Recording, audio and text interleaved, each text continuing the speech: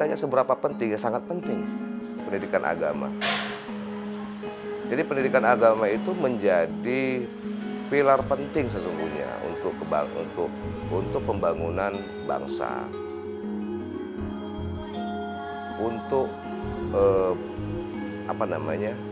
menjaga apa yang sudah dilakukan oleh pendahulu-pendahulu kita dan apa yang sudah dilakukan oleh pemerintah.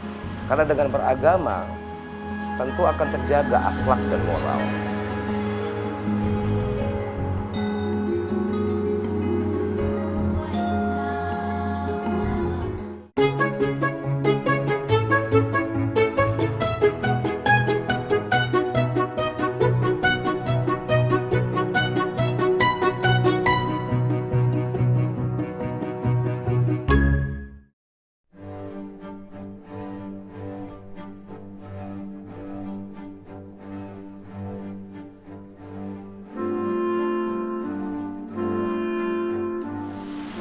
Kesawan Kota Medan menjadi kawasan warisan budaya karena menyimpan banyak jejak sejarah perkembangan Kota Medan.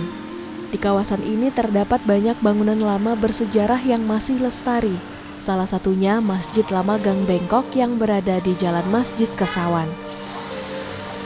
Masjid Lama Gang Bengkok adalah bukti toleransi yang sudah dijalankan sejak dulu. Karena pembangunan masjid ini dibantu oleh saudagar asal Tiongkok, Chong Afi. Nama saya Nasrun Tanjung, sebagai wakil PKM, kemudian sebagai imam rawatib di masjid ini. Kalau menjadi anggota kenaziran itu sekitar 30 tahun. Tapi kalau jadi imam itu baru sekitar 5 tahun, menggantikan imam-imam yang sebelumnya. Masjid Lama Gang Bengkok ini didirikan sekitar tahun 1874 oleh Chong Api. Chong Api ini sendiri adalah salah seorang saudagar dari negeri Cina yang merantau ke tanah Delhi ini, dan setelah beberapa tahun berusaha di negeri ini, beliau meminta izin pada Sultan pada waktu itu untuk membangun masjid, karena kemungkinan ya di daerah ini belum ada masjid.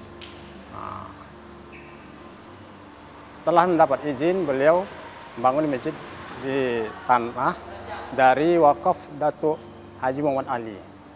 Datuk Haji Muhammad Ali, gelarnya Datuk Sawan. Setelah selesai pembangunan masjid, Chong Api kembali menyerahkan kepada Sultan. Dan oleh Sultan ditunjuklah seorang nazir yang bernama Syekh Haji Muhammad Yaqub. Syekh Haji Muhammad Yaqub ini adalah salah seorang penasihat di Kesultanan Delhi pada waktu itu. Perlu saya sampaikan juga nama masjid ini sendiri. Ya, itu yang kami ketahui dari arsip dari Badan Kenaziran, namanya memang tidak ketahui. Itu kemungkinan juga dari masyarakat juga. Karena itu tadi kan namanya sendiri pun namanya Masjid Lama. Dan Gang Bengkoknya itulah tadi jalannya itu. Karena jalannya itu kecil, itu tekonnya itu patah dulu. Nggak macam sekarang ini.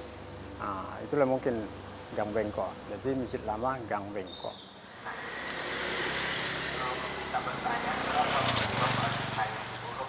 Masjid Lama Gang Bengkok adalah nama yang diberikan oleh masyarakat karena tidak diketahui nama asli dari masjid ini.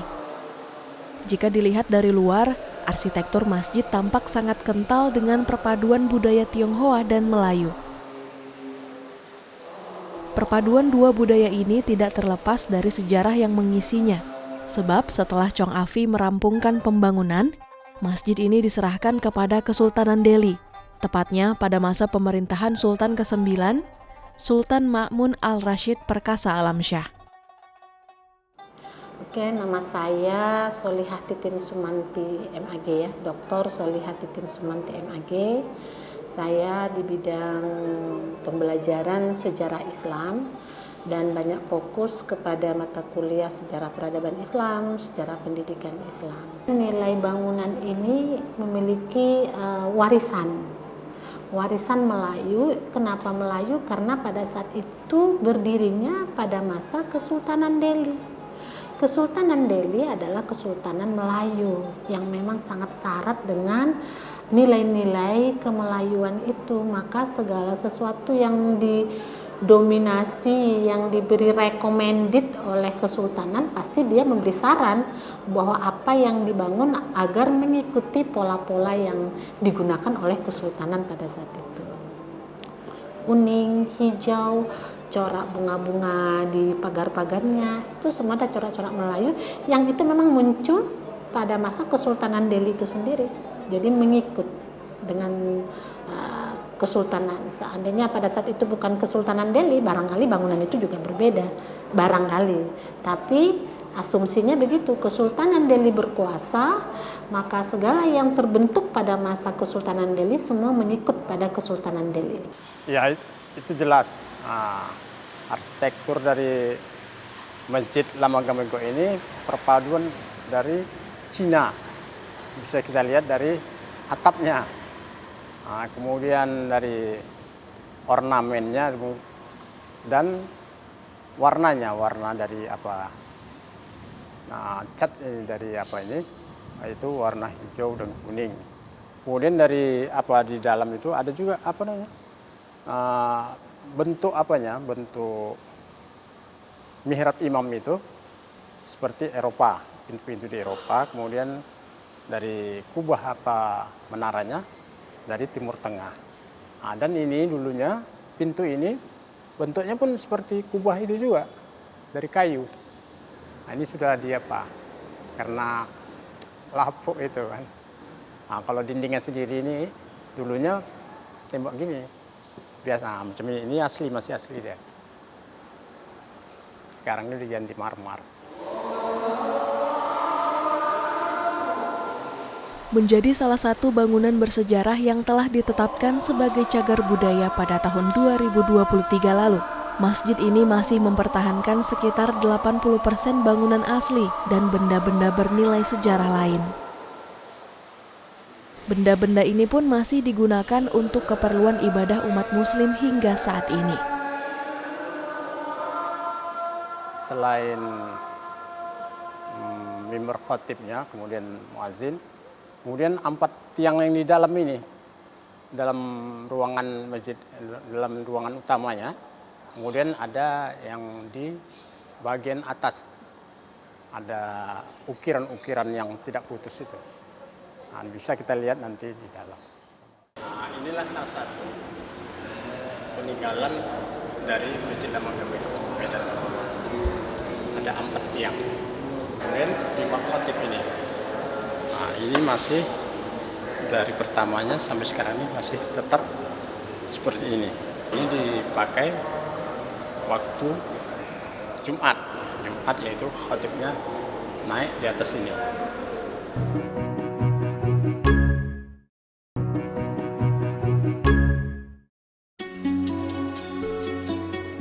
Tepat di samping Masjid Lamagang Bengkok, berdiri sebuah bangunan yang merupakan lembaga pendidikan Islam, yakni Maktab Islamiyah Tapanuli. Bangunan ini memiliki sejarah penting sebagai tempat lahirnya organisasi Islam Al-Wasliyah yang menjadi pemersatu bangsa di saat politik pecah belah Belanda. Nama saya Abdul Hafiz Sarahab. Saat ini saya menjabat sebagai Ketua Pengurus Daerah Al-Jamiyatul Wasliyah Kota Medan. Ya, jadi bangunan ini kan 1918 nih. Dan itu merupakan inisiator dari imam masjid atau nazir masjid Masjid Lama Gang Bengkok yang ada di depan, yaitu Syekh Muhammad Ya'qub. Nah, sementara pertapakan bangunan ini adalah wakaf dari Datuk Muhammad Ali Kesawan, Datuk yang berada di sini ya, itu Datuk Muhammad Ali Kesawan. Nah, aktivitas awal tentu pendidikan.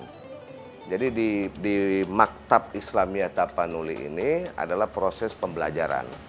Jadi tapi dia belajar pendidikan atau pembelajaran tentang agama.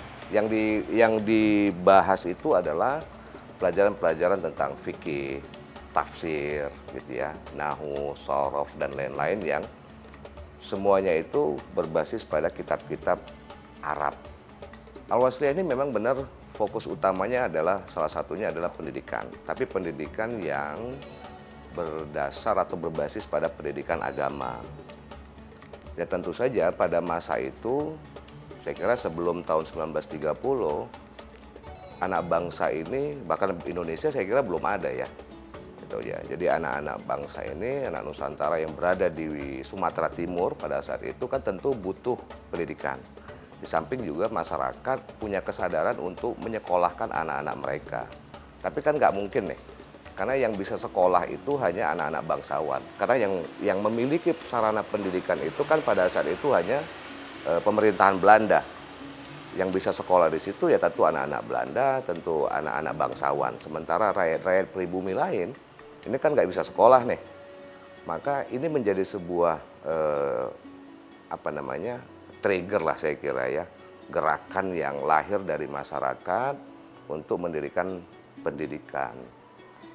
Maka lahirlah kemudian Maktab Islamiyah Tapanuli ini tahun 1918. Oh ya, kalau dikatakan kontribusinya itu mereka seperti Mahmud Yunus ya sebagai penggagas, itu mereka tetap menganggap bahwa melawan penjajahan itu ketika tidak sanggup lagi dengan perang, tidak sanggup lagi dengan harus tempur, maka pendidikanlah satu-satunya yang membuat bagaimana masyarakat itu bisa cerdas.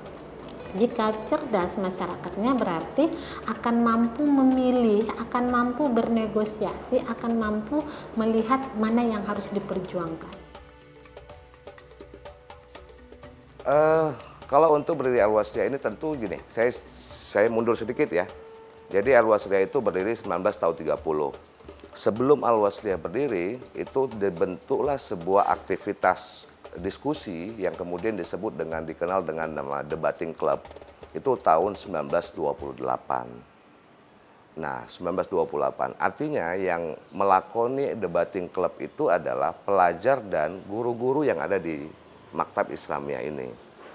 Jadi tahun 28, kemudian tahun 30 karena para aktor di Debating Club ini merasa bahwa aktivitas mereka itu sangat terbatas kalau hanya dalam kelompok diskusi. Mereka ingin aktivitasnya semakin luas sehingga mereka merancang sebuah organisasi lah kalau istilah sekarang, perkumpulan atau persyarikatan yang kemudian diberi nama dengan Al-Jamiyatul Wasliyah. Siapa tokoh-tokoh yang ada di dalam proses kelahiran itu? Tentu adalah tokoh-tokoh yang ada dalam Debating Club.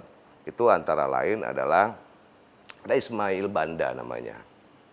Kemudian ada Arsyad Talib Lubis, ada Adnan Nur Lubis, ada Yusuf Ahmad, kemudian ada Abdul Rahman Shihab. Jadi ini merupakan tokoh-tokoh awal. Di samping tentu ada guru mereka. Guru mereka itu ada Syekh Muhammad Yunus yang saat itu menjadi ketua atau kepala maktab ini. Gitu. Jadi itu menjadi tokoh-tokoh awal dari berdirinya Al-Wasliyah. Jadi Al-Wasliyah itu lahir di Medan. Kalau saya boleh bilang sebenarnya lahirnya di inti kota nih. Ya karena pada saat era itu ini kan menjadi pusat kota nih di Medan ini gitu ya. Lahir di Medan dan tepatnya di bangunan ini. Itu yang kemudian disebut dengan titik nolnya Al-Wasliyah itu berada di sini. Ya, kalau untuk di Medan ya, Sumatera Utara, Al-Wasliyah ini memang nggak ada tandingan. Dan yang selevel dengan dia, satu organisasi lagi, mungkin yang sekarang juga mulai naik daun, organisasi Al-Ittihadiyah. Jadi, saya juga ada penelitian terhadap organisasi-organisasi itu, tapi kalau di Medan dua organisasi ini, Al-Wasliyah dan Al-Ittihadiyah, kalau yang dari Jawa, Muhammadiyah, dan NU, walaupun nanti banyak organisasi-organisasi lain yang lahir di Jawa. Tapi Al-Wasliyah ini dikenal sebagai sense belongingnya ke pendidikan, ya pastinya itu. Karena apa ya? Karena memang itu harus menjadi ikonnya Al-Wasliyah. Karena orang bisa punya kader ya dari pendidikan. Maktab Islamiyah Tapanuli kini menjadi Museum Al-Wasliyah dan telah ditetapkan sebagai cagar budaya Kota Medan. Meskipun begitu, kegiatan pendidikan agama masih berlangsung di sini. Dari museum ini, kisah awal perjuangan Al-Wasliyah dapat dikenang dan menjadi pengingat bagi generasi selanjutnya. Sekarang sudah disebut sebagai Museum Al-Wasliyah ya. Mungkin itu rasa terima kasih kita kepada Al-Wasliyah. Kenapa? Karena maktab ini dipertahankan. Seandainya Al-Wasliyah tidak memperjuangkan itu, saya juga tidak tahu bagaimana perawatan. Karena tidak ada. Kalau masjid itu kan ada najir, kemudian masyarakat. Kalau maktab ketika masyarakat tidak menganggap itu penting, orang akan sulit memberikan bantuan untuk apa kan seperti itu. Tapi ini sengaja dijaga oleh Al-Wasliyah menjadi Museum Al-Wasliyah, tapi itulah yang memberikan bahwa ini terpelihara, jadi menjadi cagar budaya. Saya kira apa yang selalu menjadi kita dengar dan kita sebut oleh para pendahulu bahwa ya bangsa yang besar itu bangsa yang tak lupa pada sejarah, saya kira. Kita hari ini ada tentu karena ada sebuah proses sejarah. Gitu ya. Maka Al-Wasliyah yang hari ini berumur lebih 93 tahun, itu kan melalui sebuah proses panjang dan ini merupakan titik nol. Sehingga saya kira ini menjadi dasar buat kita, karena bangunan ini masih ada, perlulah ini menjadi bagian yang harus tetap dikenang dan menjadi sebuah pembelajaran buat generasi-generasi berikutnya. Saya kira tidak hanya buat orang Al-Wasliyah saja, tapi siapapun, dengan adanya museum ini, kita akan kembali pada 93 tahun lalu, 100 tahun yang lalu, bahwa di sini pernah ada tokoh-tokoh, ulama-ulama yang dengan semangat dan jiwa kebangsaannya mendirikan sebuah pendidikan yang tidak hanya untuk memberikan pengajaran, tapi juga ikut berjuang untuk kemerdekaan bangsa ini. Itu menjadi dasar kita sesungguhnya. Dan ini sehingga menjadi pelajaran buat generasi-generasi selanjutnya.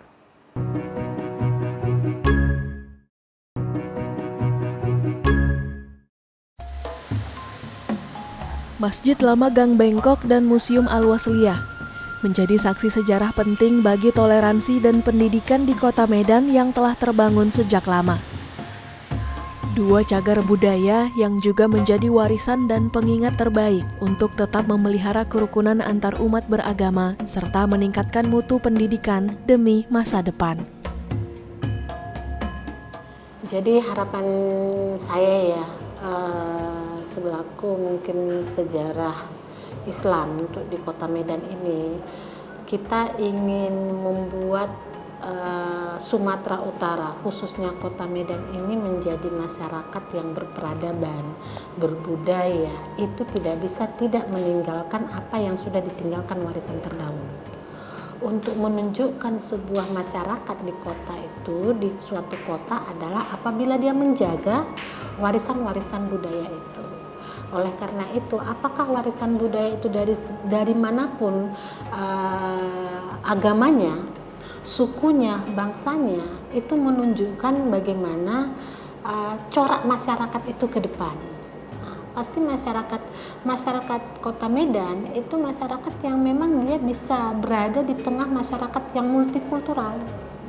Mau ada Cina, semua itu tuh ada Arab, ada India, mereka bisa hidup sama. Itu uniknya Kota Medan ini.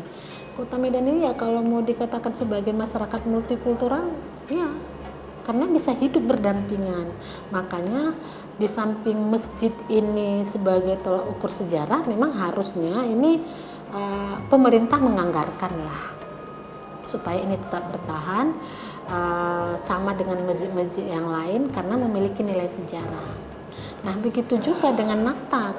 Maktab ini sebagai tonggak sejarah pendidikan Islam di awal, ya terutama waktu kemudian ada dukungan dari organisasi Al-Wasliyah. Nah, ini juga menjadi hal yang penting dan menjadi titik awal untuk melakukan penelitian lanjutan bahwa kita yakin ada maktab-maktab lainnya. Ya, harapannya semoga apa yang sudah ada bisa ditingkatkan lagi. Mungkin biaya pemeliharaannya itu kedepannya harus lebih apa lagi. Saya kira bangsa ini nggak pernah lepas dari agama. Karena semua pejuang untuk kemerdekaan bangsa ini adalah orang-orang yang berlatar belakang agama. Saya kira hampir semuanya. Terutama di Sumatera Timur ya, di Sumatera Utara saya kira. Kalau ditanya seberapa penting, ya sangat penting pendidikan agama. Jadi pendidikan agama itu menjadi pilar penting sesungguhnya untuk pembangunan bangsa, untuk menjaga apa yang sudah dilakukan oleh pendahulu-pendahulu kita dan apa yang sudah dilakukan oleh pemerintah. Karena dengan beragama tentu akan terjaga akhlak dan moral. Gitu. Nah, hari ini saya kira ini yang semakin lemah di kita. Kita sepertinya tidak lagi ada sebuah perimbangan antara kemajuan teknologi dengan perbaikan akhlak. Nah, akhlak itu hanya bisa dikontrol oleh agama saya kira. Tidak hanya Islam, di agama lain juga saya kira itu mengajarkan budi pekerti dan akhlak. Gitu. Harapan kita tentu dari Al-Wasliyah, ya kita pertahankan ini maktab sampai kapanpun, gitu ya.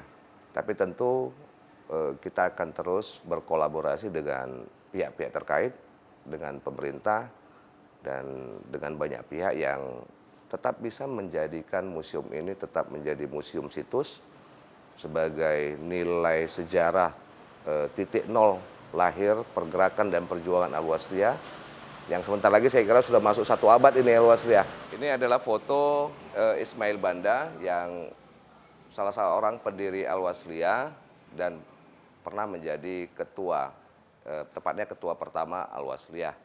Dan kemudian ini ada foto. Saya kira dengan adanya museum ini, dengan adanya Maktab Islamiyah ini, dengan adanya masjid di depan, ini menandakan bahwa Islam dan peradabannya sudah ada di tengah-tengah pusat kota Medan ini yang tidak hanya bermanfaat buat umat Islam, tapi juga bermanfaat buat umat-umat agama lain.